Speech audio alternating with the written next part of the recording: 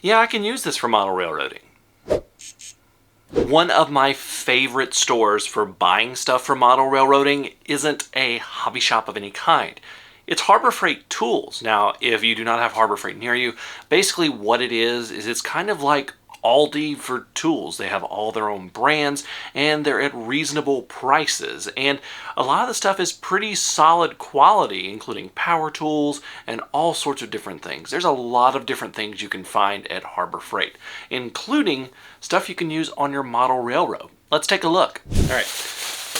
Got my obligatory white Harbor Freight shopping bag. So let's go ahead and take a look at what I've got in here. If you've done any sort of work on locomotives, rolling stock, really anything that has a screw or a bolt in it, you need some pretty small screwdrivers for working on model railroad items. And that's where this little precision screwdriver set comes in. I picked this up for $3. It's got 16 different pieces, including Phillips flathead. It's also got hex for both male and female. So this is a great little thing, and it comes with a nice little carrying case. These are just some of the classic small precision screwdrivers that have been around for ages, but for $3 you really can't beat that. So these are some precision screwdrivers. We're doing a lot of gluing with model railroading, and a lot of times things like clamps and stuff are needed, but you either got to spend a lot for something very model specific or you just kind of got to wing it. And that's where when I saw these 4-inch bar clamps, I bought quite a few of them because these are $2.50 each. Now, if you don't know how a bar clamp works,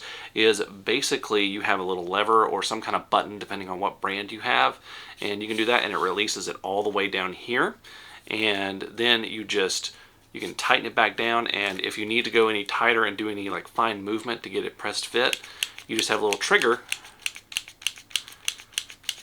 that tightens it down like that. So I can think of quite a few applications for these, and I bought 3 of them because they're $2.50 each. So these are really great to have from Harbor Freight. Speaking of clamps, there's another clamp there that's really good too. Have you ever needed a spring clamp, but all of your spring clamps are too big? I know most of the ones I have are quite large and would crush any model. Well, that's where this little set of spring clamps comes in. These are 7/8 inch spring clamp set, come in a little 6-pack, and you can see they're nice and tiny. I don't think I can get one out right now because I got them cut, but they give pressure, but not too much pressure. They got those nice flat pads on them for holding stuff in place. So these are small enough to use with a lot of models and things like that to hold stuff in place. And it's only $2 for these 6. So that's a pretty good deal right there. So spring clamps from Harbor Freight. Have you ever needed something to hold a model kit at a right angle or hold something in place and you didn't have a clamp or a support that could do it? Well, another great thing you can use for that are magnets. And these are 2 packs of magnets that are only $1. So I picked up a couple of them. But these are really great for holding things in place. Whether you have a metal table or not, you can use these to hold your model kits at right angles when you're gluing together building corners or things like that. Or if you need to hold any sort of other things, these are great. That says you can glue them on projects and all sorts of different things. The only thing is you got to be careful around circuitry with those. You don't want to mess up any of that. Magnets can have an effect with that, so probably keep these away from your locomotives. But this is something that is really great and really great to use for holding projects together while that glue is drying, because sometimes that glue can take quite a while to dry. So ceramic block magnets, each one of these packs of 2 is just $1 at Harbor Freight, so great little tool to have. This is the cheapest thing on the list, but it's also something that's great that Harbor Freight has, and if you've shopped there in a while, you know they just have these in a bucket at the register that you can buy, and that's these little utility knives. They have a bunch of blades on them, and this is 70 cents. And I always, like, even if I don't need one, a lot of times I'll just throw it in there because it's always good to have these on hand. Model parts are tiny, that's the bottom line, so you can always use a pair of small needle nose pliers, if for nothing else for holding things. If you need a bit more of a grip versus just what some tweezers can do, these are actually spring loaded. So but they also have a little section that you can use to trim wire. I've used these to strip wire before. Not the ideal tool, but I've definitely done it. And these are the 4 3/4 inch long nose needle nose pliers, and these are really great for getting getting into small places and grabbing parts. Harbor Freight has a whole section of just purely hobby tools and things like that. You can find airbrushes and air compressors for them. You can find sets of helping hands for holding wires and magnifying glasses and things like that.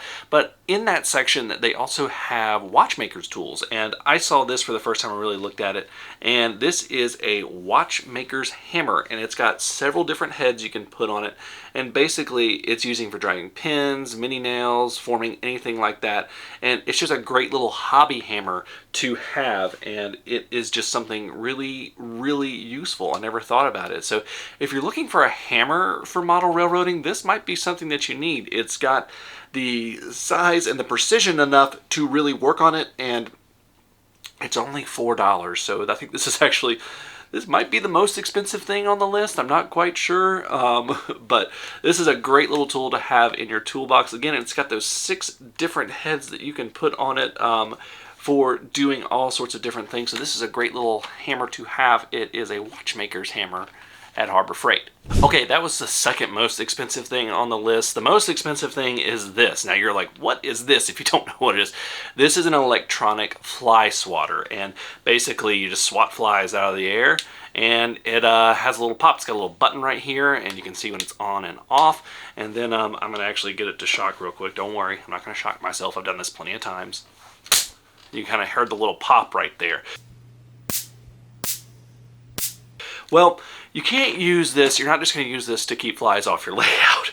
You can use these to make a DIY static grass applicator. Now, it is not the easiest thing to do in the world, and it's not going to be as good as a dedicated, made for it static grass applicator. But if you're on a budget, these things are $4.50, and they just require 2 D batteries, and you'll need a couple more dollars worth of supplies to do it.